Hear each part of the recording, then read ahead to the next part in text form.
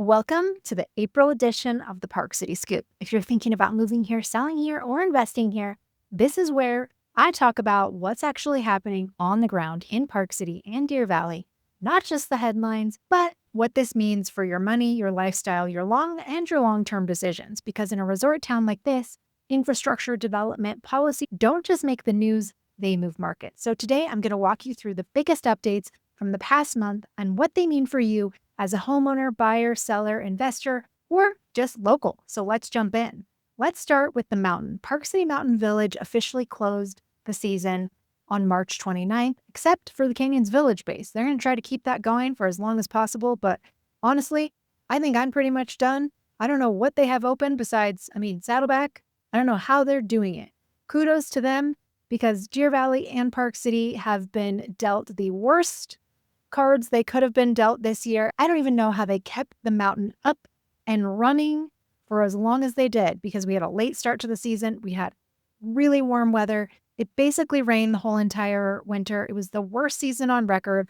I'm not going to lie to you. It was a horrible season. Terrible. There's people going to lie to you and be like, it wasn't that bad. It was shit, okay? It was absolute shit. It was the worst season on record, but we're just gonna move past it, because you know what other season was really bad too? 2011, 2012. And thanks to Facebook, it just brought up a picture from 2011 and 2012 on my memory section to remind me, oh yeah, like 2011, 2012 was also a bad year, but Park City prevailed. Park City wrapped up the season on Sunday. Saturday was the final day to ski Payday and Crescent, and Sunday was basically the terrain park at 3. If you squeezed in those last turns, good for you. And if you didn't, well, there's always next season. Deer Valley has also wrapped up its season, which signals something important in the real estate world. Spring is here, and historically, once the lift stops spinning, the real estate market starts to move. Some homes are going to sit on the market, but more buyers come into town, and more deals start getting done. Closing day isn't just the end of ski season, it's the starting of selling season. The Cabriolet is retiring, and that's a big deal. Now, here's one of the biggest infrastructure changes happening right now. This is officially the last season for the Cabriolet at the Canyons Village, the people mover, the tin can. It's been part of the landscape here for years, but it's being replaced with something much bigger, a brand new parking garage, and a brand new gondola system expected to be called Skyfall. This is not a cosmetic upgrade. This is a major investment in access infrastructure. And in resort markets, access drives demand. Demand drives pricing. So when you see projects like this, it's usually a signal that the area is being positioned for long-term growth. And to kind of play to that, there was also an article that Town Live posted that Canyons Village is only 53% built out. So you're going to have to listen to a different video where I have a take on kind of the pros and the cons of Canyons Village, Deer Valley East Village, what I think Summit County is going to start pushing for, but that's a different video. Why does this matter for property values? Here's the reality. Most people don't think about when convenience improves, desirability improves. When desirability improves, property values tend to follow. That's why infrastructure matters so much in a resort town. And candidly, this is something I watch very closely, because these upgrades don't just change how people move around the mountain, they change how buyers evaluate where they want to live and where they're going to invest. And homeowners near the Canyons Village, this is positive momentum. Quiet competition happening behind the scenes. Now, here's a piece of the story that doesn't always make headlines. As Deer Valley East Village continues to expand, the tax revenue from that development flows into Wasatch County, not Summit County.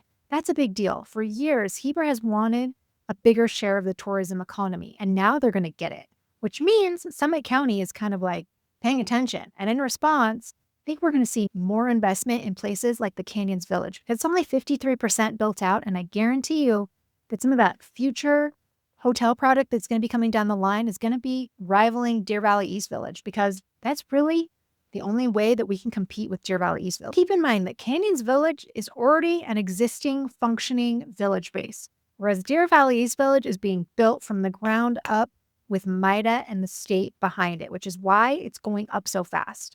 Canyons Village has taken a really long time to develop, almost 40 years. So anything that does get developed over there is not going to have an approval in 5 months. It's going to take a long time. This is not a formal rivalry, but economically, there's definitely a race to stay competitive. And that competition is actually good for U.S. homeowners because it drives improvement.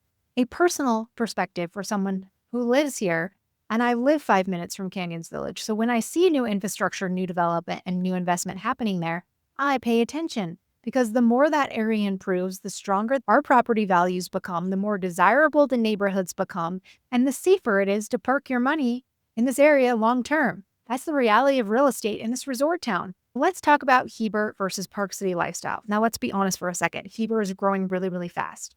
And a lot of people have moved there. And many of them absolutely love it. You get more space, more value per square foot, and a quieter lifestyle. But for some people, the drive matters. Access to convenience matters. Proximity to lifts matter. That's why location is still one of the biggest drivers of value in this market. There's no right answer, just different priorities. Major lift upgrades at Park City Mountain. Another story gaining momentum right now is the discussion around lift upgrades at Park City Mountain.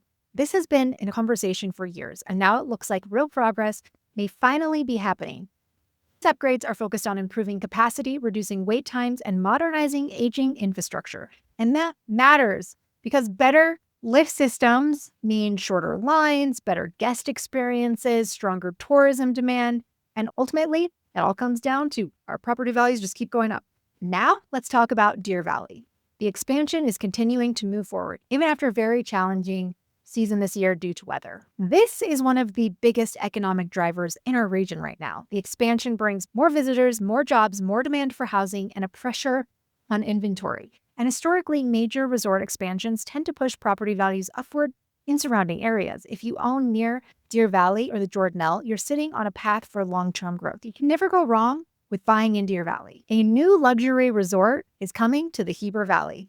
Hyatt has announced its plans for the Andaz Heber Valley, this brand's first mountain destination. This will be a luxury resort with hospitality, amenities, and residential components. And here's why this matters. Developers don't build 5-star hotels unless they believe that long-term demand will support it. This project was also formerly called The Slope. It is still known as The Slope, but the Hyatt Andaz at Heber Valley Residences is what the residential component is going to be called, and The Slope is going to be the commercial portion of it. I did a video talking all about The Slope. I had 1 million people reach out to me about it, and now you've all ghosted me, and now reservations are taking place, so you better get on the phone and call me, because I sent you all an email about it and I haven't heard from you. And the last thing that I want you to do is miss your chance to be able to pick Villa before everybody else gets to pick it and before prices go up. Because what do we know about new developments? The earlier that you can get in, the better pricing that you're going to get if you can get in right off the bat.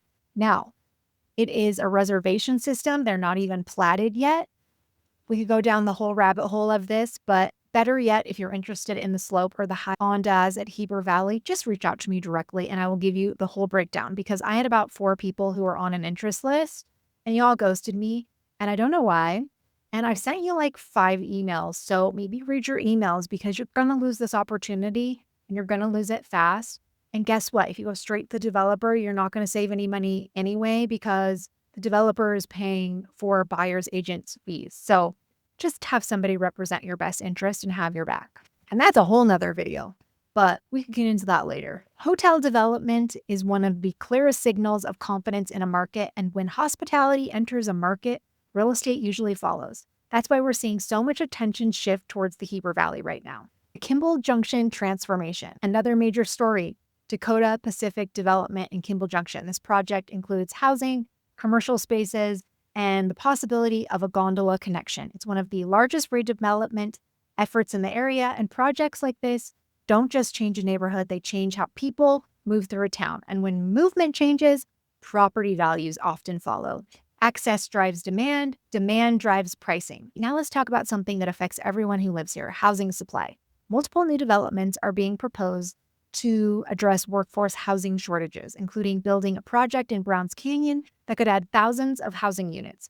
And this is not just a Park City issue, it's an issue for resort communities across the country. We all face the same challenge. The 2034 Olympics are already shaping the future. Local leaders are already preparing for the 2034 Olympics. They've been studying operations, infrastructure, and planning strategies from the recent Olympic Games. And that means preparation matters, because the Olympics bring infrastructure investment, transportation upgrade, global visibility, tourism demand, and historically, host cities see long-term economic growth. This isn't just a sporting event, it's an economic catalyst. A quick national market update. On the national housing level, The housing market is still adjusting. Interest rates remain a major factor, inventory remains limited in many markets, and buyers and sellers are still negotiating expectations. But here's the key takeaway. The market isn't crashing, it's normalizing. And in a luxury market like Park City, demand remains strong. Strategy matters more than timing. Rapid fire. Here's some local updates. Here are a few quick headlines to keep on your radar. Road safety improvements are coming near Hideout. New wildfire detection technology is being implemented across Utah. School enrollment remains strong in Park City, and seasonal weather patterns continue to shift earlier each year. These may seem like small stories, but together they shape daily life in our little community here. Final thoughts. Change is happening quickly here. New infrastructure, new development, new investment opportunities, and the people who pay attention to these signals usually make the smartest real estate decisions. Whether you're buying, selling, or just trying to understand where the market is heading, staying informed matters. So if you're watching this and thinking we're ready to move, we're ready to sell, we're ready to invest, then the next step is simple. Reach out. But before we jump on the phone, I ask everyone, it's so helpful if you can fill out my buyer or seller form first. And here's why.